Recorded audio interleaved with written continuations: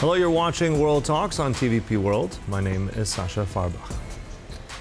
France teeters on the edge of political turmoil as outgoing Prime Minister Sébastien Lecornu races against the clock to secure a budget and prevent snap elections amid sharp divisions over pension reform and rising public debt. Now we explore the stakes, the challenges, and what it all means for the country, with insights from Benjamin Sibille, founder Collectif pour un service civique européen. Thank you so much for joining us here on World Talks. Good morning. Dzień dobry. Benjamin, let's start with what we have and kind of the reasons of how we got here. If we can just take a snapshot of, I think, one of the shortest-lived prime ministers in recent French history. We're looking at 26 days in office. What were the main, give us a quick recap, challenges of why all this has collapsed in such a fashion?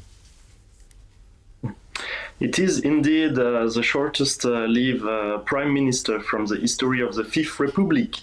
So this semi-presidential system we got from General de Gaulle in 1958, and which is renowned for its stability. So I wouldn't lie, it is a surprise and definitely a political crisis in France. Now it's not coming out of the blue. Already the previous government faced some serious challenges.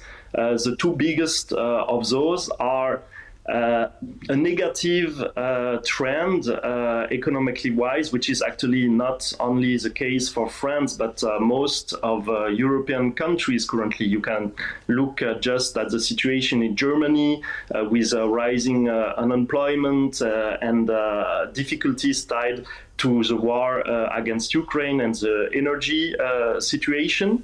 The second one, and definitely this is where this budget case plays its role, is that there is a rising discontent in France. And actually in the past 2 weeks, and this is one of the reasons why the to-be prime minister, or recently nominated prime minister, had to resign. He was facing a lot of parliamentarian opposition, mainly from the far right and the left right, who were the big winners of the previous election, where the center only managed to have enough votes to create a coalition. But there was a lot of basically people protest in the last 2 weeks against a budget which is supposed to consecrate a lot of social benefits slacked off. Mm-hmm. You mentioned already because of the budget, that's one of the main things. In fact, there's a lot of these long-standing problems. If we're looking at the budget deficit, 2026 at a 5.4% GDP, which is well beyond norms of the European Union. We're looking at debt management as well. Public debt, 114% of GDP. We're looking at the problem with the pensions. But yet, Lecornu has said very recently in the last sort of 24 hours that, I'm quoting here, there's a will to have a budget by December 31st. Now, with all the protests, what we've seen, what you've mentioned now, do you see that as a possible target, a realistic goal of his? I mean, like I said previously, the Fifth Republic is specifically designed for stability. So even in this situation, we still have a president, Emmanuel Macron. He is actually secured in his office. Only a resignation coming from himself could actually create a political vacuum. So the state is running, you know, in France, administration is actually sometimes people say more important even than the government. So it's not like the economy and the state in itself are not managed on a daily basis. Coming to the economic and financial situation, for sure, France has a big debt. At the same time, if we look towards some our neighbors like Italy, like Spain, they have managed to make progresses on their deficit and debts that France didn't know. But we have also to keep in mind that France, and now for many, many years, and maybe it's changing now with a bigger effort coming from Poland, but has been one of the only fully developed army of the continent. It's still a big budget effort which is made by France on this side. It is also one of the most modern and developed economy, with indeed a lot of money put on the health, education, everything, which prepared an economy also for the challenges of the 20th century. So I would say that the situation is balanced, and actually that's what makes it difficult, because some people say, and that's the problem when the Prime Minister or the new Prime Minister will try to create a coalition to have a majority at the Parliament.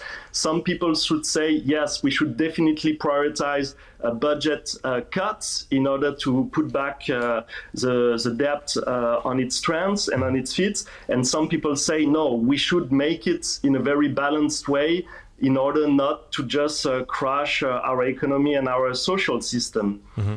Benjamin, I want to ask you another question. You've mentioned a few words there quite a few times. You said that France has been endowed with a system that is very stable. You mentioned balance. But looking at the politics of it at the moment, that doesn't seem to be the case. Looking at how many is it now? 5 prime ministers in very quick succession. You mentioned President Macron. Now here's my question. I'm not a constitutional French expert. What I want to know this, I mean, having now these new prime ministers, and many of them don't seem to last long at all, there seems to also be a shift in politics. I mean, you have the National Front, the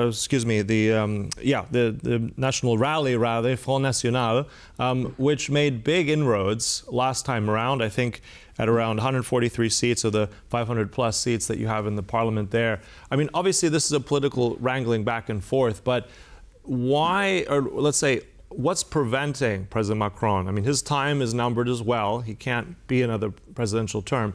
What's preventing him from appointing, potentially, someone from that party, from Le Pen's party, as prime minister?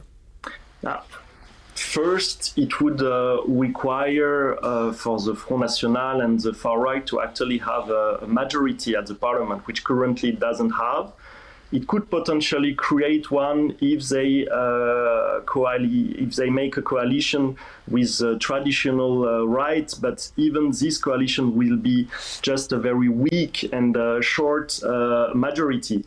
The second thing is many French commentators would consider this as a political suicide, as Emmanuel Macron was elected for 2 times in a row as the main alternative to Front National and Marine Le Pen. And a lot of political commentators in France and also public opinion still feel that Front National is not a realistic French option, because opposed to traditional values of France, like tolerance, integration, still attacked for racist comments and so on. Now, the situation is tricky because all the political force that has risen up in the last years is actually the extreme left, from Jean-Luc Mélenchon and the France Insoumise. And basically, all the political forces are a bit stuck in the middle. So currently, Emmanuel Macron has 2 realistic options. Like I said, his power is not directly threatened, but his ability to actually rule France can be, if he doesn't manage to solve this prime minister crisis. He could basically nominate whoever he wants as a prime minister.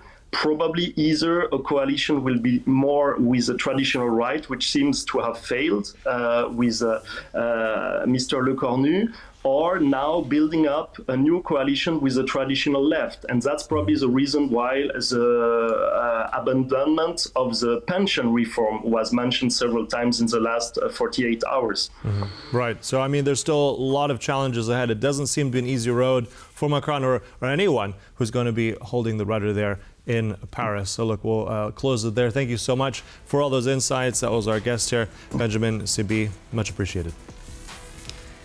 And thank you for watching. That gentlemen. concludes World Talks, but continue to stay with us here on TVP World. There's much more coming up. Goodbye.